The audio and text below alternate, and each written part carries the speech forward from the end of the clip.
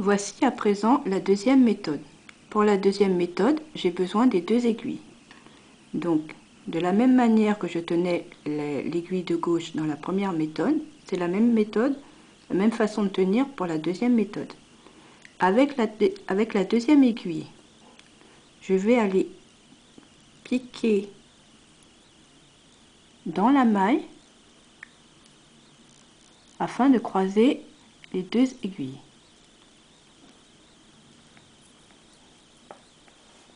Voilà.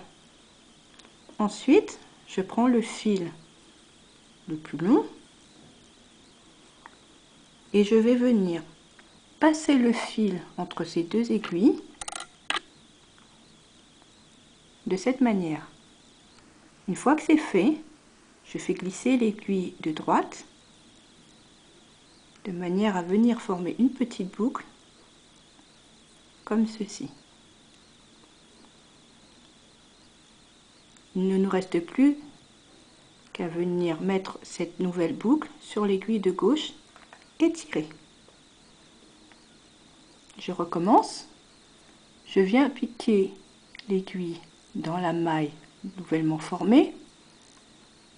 Je fais passer le fil derrière l'aiguille de droite, puis entre les deux aiguilles, comme ceci. Une fois que c'est fait, je fais glisser l'aiguille de droite et je forme une petite boucle en la passant par devant comme ceci. Une boucle vient d'être faite que je rabats sur l'aiguille de gauche.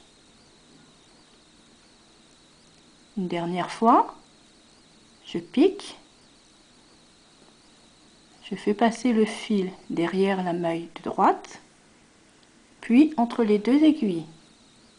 Une fois que c'est fait, je fais glisser de cette manière. J'ai une nouvelle boucle que je fais passer sur l'aiguille de gauche.